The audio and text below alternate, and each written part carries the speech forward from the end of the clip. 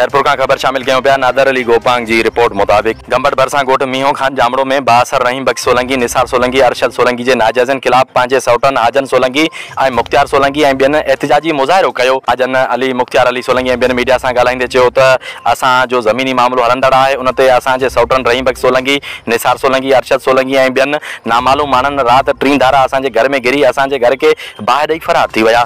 घर में पयल खटूं, हंध, अनाज ऐं 2 बकरियुनि समेत समूरो सामान सड़ी खाक थी वियो। हुननि वधीक चयो त रहीम बख्श ऐं निसार सोलंकी बासर हुजण करे असांखे रोज़ानो हिरासा करे रहिया आहिनि। असां ग़रीब मिसकिन माण्हू आहियूं, असांजी केर बि ॿुधण लाइ तयारु न आहे। असां अहिड़े वाक़े जी गंबट थाणे ते एनसी पिणु दाख़िल कराई आहे, पर अफ़सोस जो बाब असांजे घरनि खे था ॾियनि। वरी गंबट पुलिस माण्हू बि असांजा गिरफ़्तार करे रही आहे। हुननि ASP Gambat, SSP Khairpur, DIG Sukkur खां मुतालबो कयो आहे त मामले जो नोटिस वठी शफ़ाफ़ इंक्वायरी कराए असांजे घरनि जो सड़ियल सामान जो अज़ालो कराए असांजा माण्हू आज़ादु कराए असां सां इंसाफ़ कयो वञे।